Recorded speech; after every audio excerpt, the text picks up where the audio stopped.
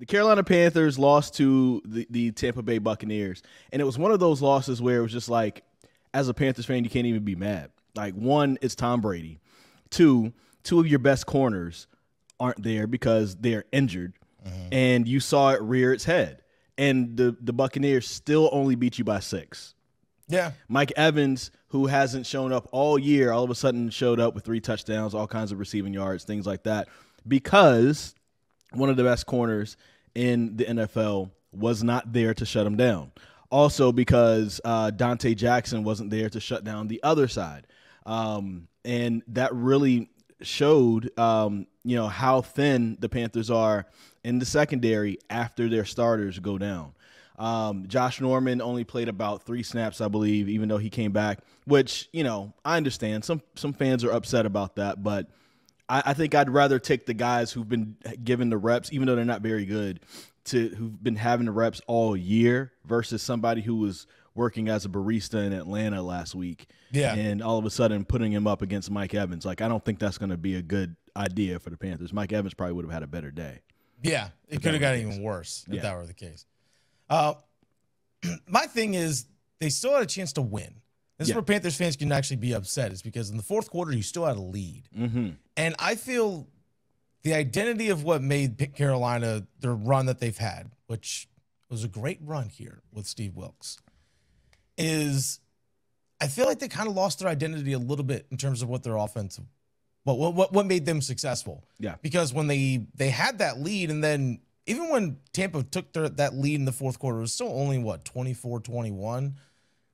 There's still tons of time left. You go 3 straight passes. I was like, you could still run the ball here and sustain a drive because there's a ton of time left. I feel like they lost their identity a bit in the second half and what made them successful, which was running the ball, pounding the rock. I think they lost that. I feel like they got away from that too much in the game. So you can sit there and complain about that, but they're not built to come from behind. They're just not. Yeah. They're built to play with the lead. But I still feel like they lost themselves a little bit in that game. And I think that could be frustrating to Panthers fans. Like you said, there was still a chance. Absolutely. It was only a 6-point game. There was still a chance for them to win that game. But a couple blunders and a couple missed throws, Sam Darnold interception in the end zone. If he just puts that a yard further downfield, it's a touchdown. That just kind of show you the margin of error in these games. But it was a great run, and outside of that game itself, obviously there's still 1 week left, but we're already looking ahead to the offseason for the Carolina Panthers, and there's still tons of question marks, not only just personnel, but the biggest one being head coach. Well, here's one thing, but just before we get there in the game, something else I just want to point out. The Panthers did only have 74 yards rushing, so Tampa did a really good job stopping the rush and stopping the run for them. So they had to throw.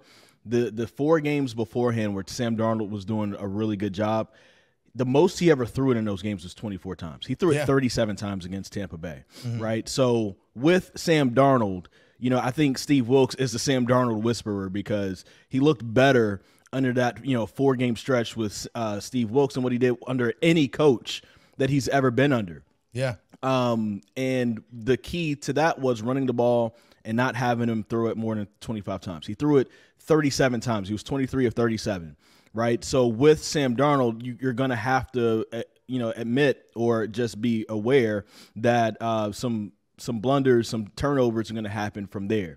And that's okay. I'm not even really upset about the turnovers, really, because a lot of they weren't like crazy or dumb turnovers. They weren't egregious stuff. They weren't egregious. Like, Sam has been wheeling and dealing out there, and he's been putting the ball where it needed to be a bunch. That one missed throw that happened to be a really good play by the DB. I mean, sometimes it's just a good play by the DB. Oh, yeah. It's not even a bad throw by the quarterback. That's really what that was.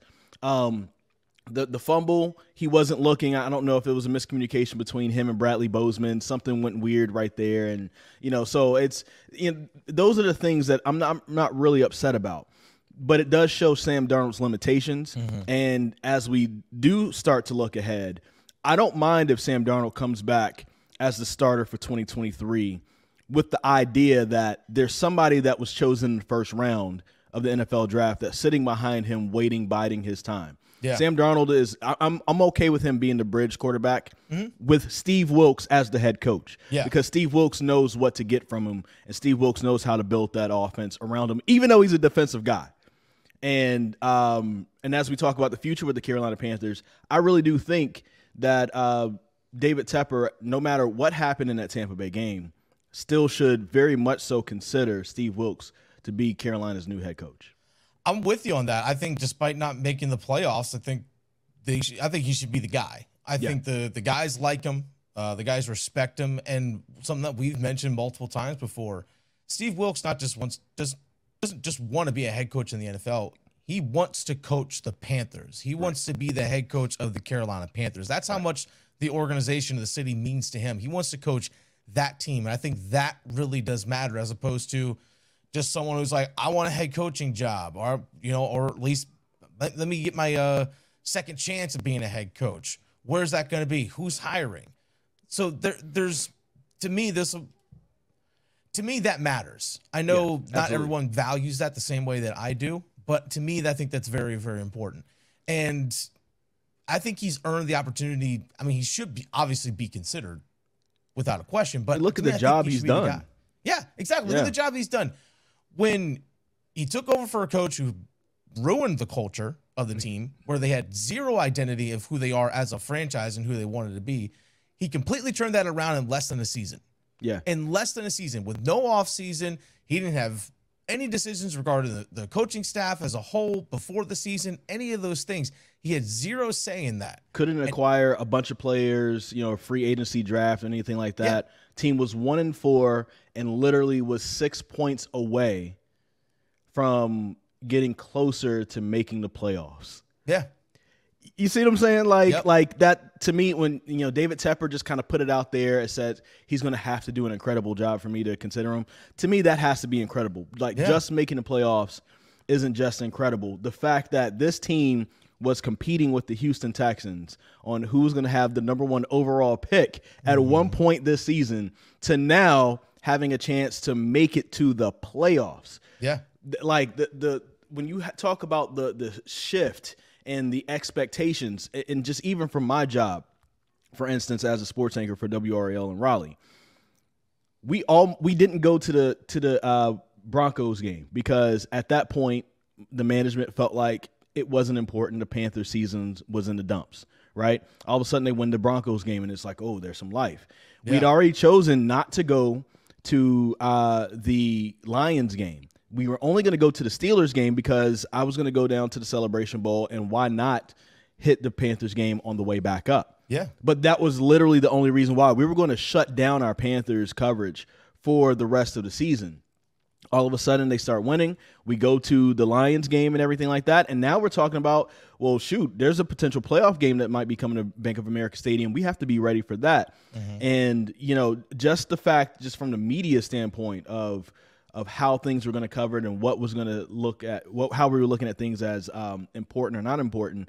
Steve Wilks completely changed that. Imagine a full offseason. Imagine a draft now with this new draft capital that they have. Yeah. Imagine, getting free agents who have friends with the Carolina Panthers. Like, look, he's doing a great job here. You want to come here and play for this guy? Like, trust me, you're gonna blow up. You're gonna have a great season, and we're building something special. And I believe that he has enough respect around the league to where he could get people to come over there and play for him and play hard for him. And the Panthers could potentially be 10-7, 11-6, or something like that next season. And here's something to keep in mind as well when it comes to an offseason, knowing that Scott Fitterer is going to be there as general manager. You can actually have decisions being made by a player personnel person in terms of the drafting and the free agency, what a general manager is supposed to do in conjunction with the head coach. And I think having an offseason with that too, Steve Wilks sit there and say, this is where we need improvements. This is where we need to find guys, depth, all that kind of stuff. And and also as well, taking into consideration what he's done this season, they got rid of their best player in Christian McCaffrey. They got rid of one of their starting wide receivers in Robbie Anderson, which was addition by subtraction in that regard. And he also fired multiple assistant coaches. So he didn't even have a full staff during this stretch. No. So it just goes to show you even further the job that he did. Yeah. And I still think, again, I'll sit there and say, I think he's the guy. I want him to be the guy. The rumors are now floating around that Tepper's going to look at, offensive-minded people, whatever that's supposed to mean. Like, you don't have to have an offensive-minded guy as a head coach in order to be successful.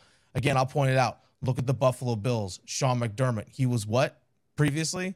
Defensive coordinator. Where? The Carolina Panthers. Carolina Panthers. Mm-hmm. How are they doing? Just fine. Now, it helps when you have a guy like Josh Allen at quarterback, but again, you don't have to have an offensive guy to be your head coach in order to be successful. Find the right guy to lead your franchise. That's where your success comes from. And I don't want to play the what-if game, but what if Steve Wilks was the head coach of the Carolina Panthers at the beginning of the season and Matt Rule wasn't here? You're winning the Browns game. Yeah. You're definitely winning the Giants game. Mm-hmm. You already won the Saints game. And I think you're going to win the Cardinals game as well. Yeah. Because the Panthers have had the Cardinals number before this year. That means that the game against the Tampa Bay Buccaneers would have been more so on the Buccaneers to stay alive. Yeah. To get into the wild card versus the Panthers needing to win that to have a chance to be in the playoffs. The Panthers are already firmly in the playoffs and ahead of the NFC South. Plus, that Atlanta Falcons game at Atlanta, he was the interim head coach there. But if he was already there, then I think that's one of those games that you win. Well, you can even say make a kick. And you can even say that if he was already the head coach, they probably win that Rams game because the Rams weren't good. But that was the first game he had at the helm with only 6 days of preparation. Yeah. So, you're looking at this whole season completely different in what he could bring to the table as a head coach. And I think you have to take that into consideration. It's tough to play that what if game because you really don't know. But given the evidence that we have so far, you just got to believe that some of those games he would have been able to win for the Carolina Panthers. I mean, he made chicken soup out of chicken you-know-what. Yeah. Just put it that way. Absolutely. Simple as that. I think he's the guy. My gut is just telling me that Tepper's not going to pull that trigger. I've never thought Tepper would. I've always been kind of skeptical with that because, he's going to want to, make his own stamp on the organization. But then again, he could feel the pressure from the fan base, maybe the people inside of the building or whatever, to say, like, look, man, like, look at the difference. Give this guy at least a year to see what it's like. But I do think that Tepper is going to go elsewhere. I thought that he would have had to. Steve Wilks would have had to make it to the playoffs to completely change Tepper's mind. But I would hope that Tepper would at least try to keep him in the building. Yeah. Now this wouldn't be. This would be kind of like a consolation prize, but be like, Steve, I love you. I want to go after this type of coach. Would you be accepting of the DC job? And I'm telling this coach, you have to be the DC. I don't know if Steve Wilks will frown at that or whatever. Yeah. But that's kind of a tough place. Like, thank you for doing a good job of hosting this show while the host is gone, but we're going to find another host, but you can still be the co-host. Yeah. It's I don't know if that's going to fly with him, but maybe it will fly with him because he loves Charlotte and he loves the Panthers so much. I just want to see David Tepper have to look in the players' eyes and say, yeah, you guys love this guy and you respect him and play hard for him. We're going to go somewhere else. Can't wait for that conversation now.